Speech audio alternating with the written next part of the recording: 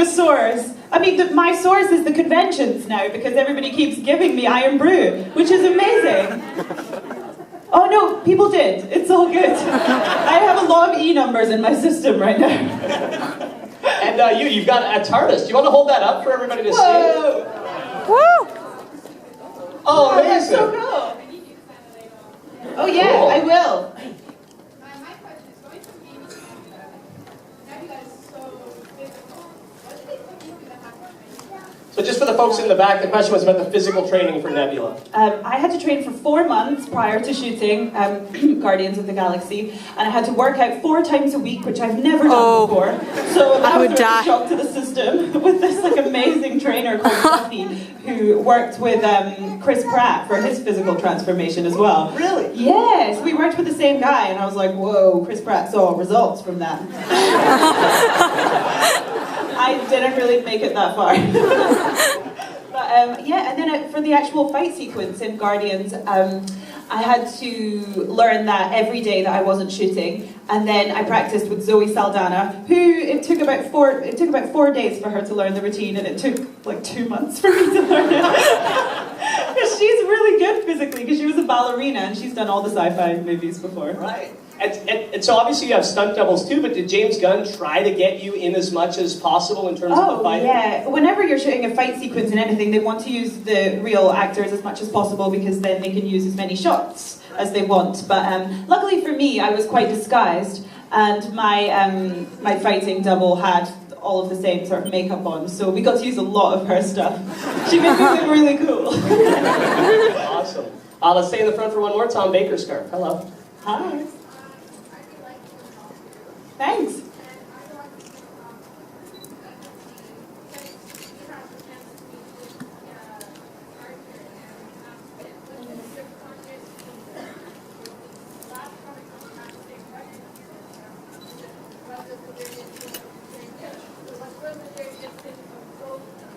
The dirtiest, did you just say?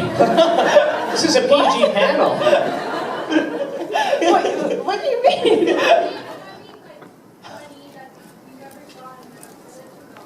Oh, so funny joking around on set. Got it. Oh, like a funny scene. Oh, I'm trying to think. I mean, there was one with me and Matt, but Arthur wasn't in it, unfortunately. Sorry, Arthur. It was in The Beast Below when we were in the whale's tongue. And me and Matt spent the entire day in this sort of like goopy substance with real cabbage in it. And, oh my god, and we were soaked all day. We had to go down the slides to sort of slide into the shot. And it was like being at a theme park or something. But then after like 2 hours in the goop, we were like, oh, we're in cabbage. So that was pretty weird. And funny, there were lots of jokes that day.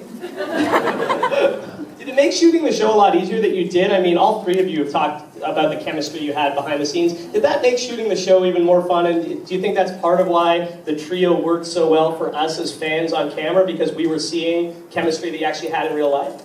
I've got to be honest, like, our relationships on screen were pretty much the same as they were off screen. I mean, I'm not married to Arthur. but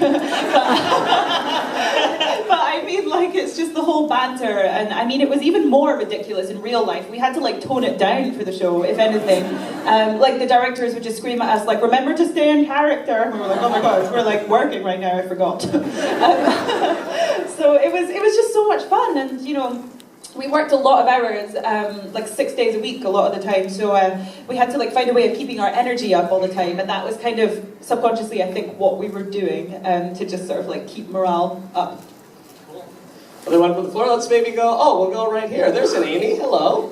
Hi, Amy. It's so great, finally get to see you. Oh, thank you. I actually went to England to try and meet you, but you canceled. Oh my god,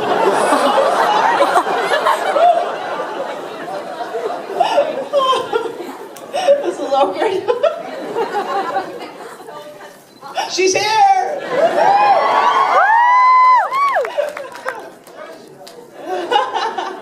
So my question is, if you could write an episode of Doctor Who where you like went back and met a historical character, who would it be, why, and what would happen? By the way, it really would be. It would be Elvis. I would go back, the TARDIS would land in Graceland, his house, And I'd be like, hi Elvis. And then we'd go, he has this jungle room in his house, because I really do love Elvis and I've been to his house as a tourist. Yeah, and it's an amazing house, Graceland. So we'd go into the jungle room, but then we realised that the leaves are coming to life, and they're evil leaves, and they're coming for us, and sucking people into them, and turning them into tiny evil trees. And then Amy saves the day by killing all the evil trees and leaving the good ones. And Rory dies, obviously.